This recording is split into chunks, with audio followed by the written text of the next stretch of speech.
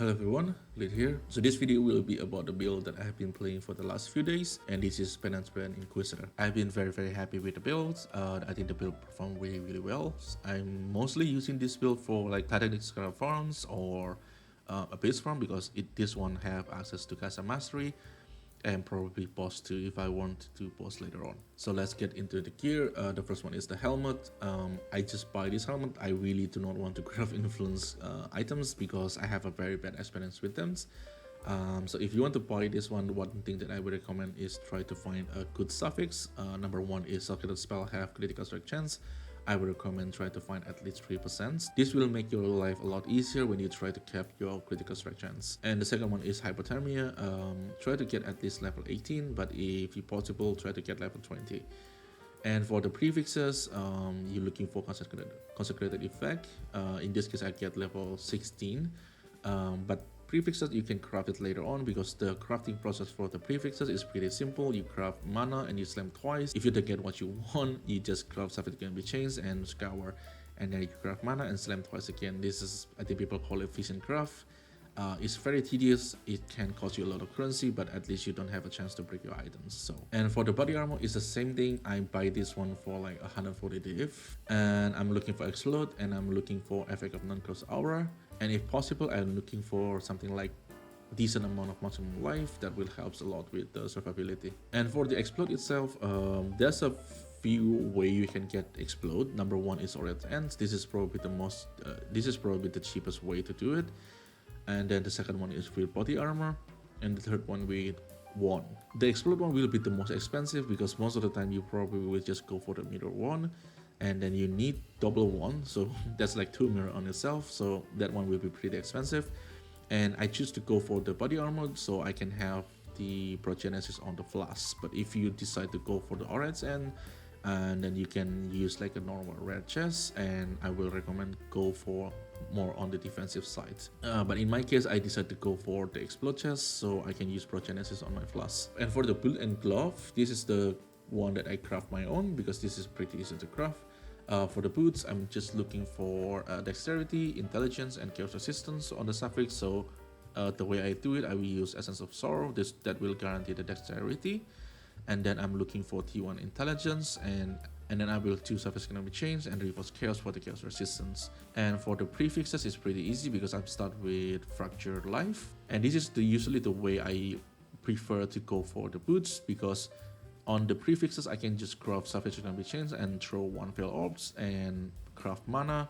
When you unfail, you have like very high chance to get the movement speed. So that way I get my movement speed, and then I can craft the evasion energy shield just to get some extra evasion and extra energy shield. And for the glove, I'm starting with the fracture temple mod. I don't think you have to. The DPS on this one is already pretty high, so I don't think the temple mod is mandatory at all. So without the temple mod, it's basically just resistance and life. In this one I have spell suppression because the first time I'm trying this build, I'm using spell suppression, then I realized that it's really hard to craft the spell suppression. You need a good watcher. You need a watcher eye for this one, and you also need a lot of point on the tree. So I just decided to like not go for the spell suppression at all. I still have my this is a chest that I'm used early on, and then this is a put I used early on. So I still trying to sell this one back so to recoup my cost back. And this is the reason why I do not want to go for suppression because it would cost a lot more currency. Essentially what you're looking for is just resistance on the suffix and life on the prefix and one open prefix so you can craft the physical damage convert to cold damage. And the reason why I'm converting 25% of my physical damage to cold damage because I will need to able to shield the enemy. The first one is for the temple mod, and the second one for the last cluster, which I will explain a little bit later on. And for the implicit, you're looking for physical damage convert to lightning, and you need 25%. That's when you have to use at least one of a conflict. And for the ring, this is the ring that I'm using for my necro. And for the ring, this is the ring that I use on my necro, and I really like to start with maximum life fracture so I don't have to worry about the prefix, but it does make the suffixes a little bit more challenging to craft. So I start with essence to guarantee the crit multi, and I'm looking for T1 cast speed, and then I will craft suffixes can be changed and revolve chaos for the chaos resistance. And for the prefixes, I just craft minus mana cost, and then slam for the last prefix. And for the other ring, I'm using Calandra, so I don't have to craft another rings. And for the amulet, I'm still using Dragonflight, and this is still a very good amulet. I think this one is pretty cheap. I buy this one I think for like 2 to 4 divine, something like that. It gives you 3 level to penance brand, which is a lot of DPS, and it gives you some reservation. It also gives you some reduced attribute requirements, and it also gives you some elemental resistance and some attribute. So for amulet, I'm pretty comfortable with this one, and it's also pretty cheap, so this one is really nice. And for the belt, I'm going for Mage's Blood, and this is because I'm farming Titanic scraps, so most of the enemy will be unique, so there's no reason to go for Headhunter. But if I'm doing something like this, I use Headhunter, because Headhunter will perform a lot better if you're farming a lot of rare monsters. And the last one is the wand, and the wand is pretty cheap to craft if you exclude the Haunted modifier. So, and the cost for the wand, a big part of it is coming from the Haunted modifier. I think you can start without the Haunted modifier, but the Haunted modifier is really strong. But in my opinion, I think you still can start without the Haunted modifier. And the wand itself, it's pretty easy to craft with Recombinator. I think I craft this one with Recombinator. So I'm looking for a wand that have +1 to all spell and +1 to physical spell. I think you can also go for +1 lightning, because penance brand also have lightning tag. So that's one option that you can go for, and I'm looking for cast speed on the suffix. And then you basically just craft 3 crafted modifier and double damage and spell damage. And another note for the wand is pay attention to the base that you're looking for, because the problem with the base is the intelligence requirement. This one is require 188, and this one only require 155. I will recommend try to go for something like this, just because the extra spell damage is really not necessary. The less intelligence requirement will make your life a lot easier. And for the passive tree, this is the passive tree that I'm using. There's a lot of things you can play around with this. Number one is the custom mastery of here. If you farm something that do not require the custom mastery, you can allocate this for a point something like over here to get some extra life. And this tree node over here can give you quite decent DPS. And there's also this fortune over here, there's also pretty decent DPS. And for the this one mastery over here, this is not necessary. I'm taking this mastery because I'm farming Titanic Scarabs, and there's a lot of monsters you need to do, so having 7 brand is very helpful. And for the large cluster, there's one node that are mandatory, and that is Stormrider. And Stormrider is how you generate your power charges, and this is the reason why I'm having the physical damage converted cold on the prefix on this one.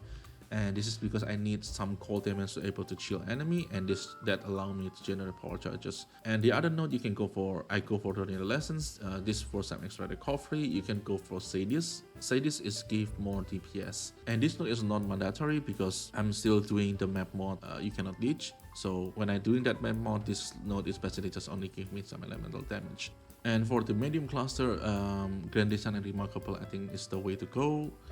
You will need at least 3 of them, and this is because the Remarkable give you chances to cast additional brand. So when you have 3, every time you cast a brand, you will cast 2 brands. So, and because we also take in Runebiter, that 2 brand can attach on the same enemy. And for the Militant Fate over here, I'm looking for effect of non-curse aura, and is converted by High Templar Dominus. And Dominus will give you access to Inner Conviction, and this is a big DPS increase. And I'm also using Grand Spectrums, and this is using Life. Another one I think is Endurance Charges, and the last one will be Frenzy Charges. So I guarantee to have 3 Frenzy Charges and 3 Endurance Charges and some Life, so I can get a little bit better survivability. So that's how I generate my Frenzy and Endurance Charges. So for the next one, let's move into the POB. So this is the POB, and the link will be on the descriptions. As you can see over here, the DPS is pretty nice, but this DPS is when you reach stage 20. So how Penance Brand works is when you apply the Penance Brand to the target,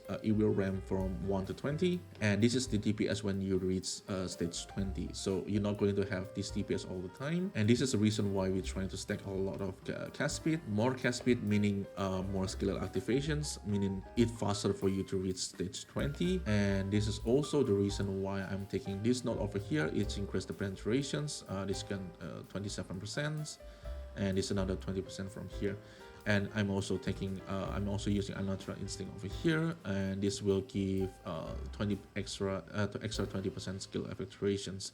and the effect duration will make you stay at that stage 20 for a little bit longer. So they especially try to maximize the DPS. And for the Militant Fate, you can also use this feature over here on the POB, find Timeless Jewel, and you basically look for the Militant Fate, Dominus, and you can pick the socket, and you can pick the jewel socket, and this one is the one on the minion stability.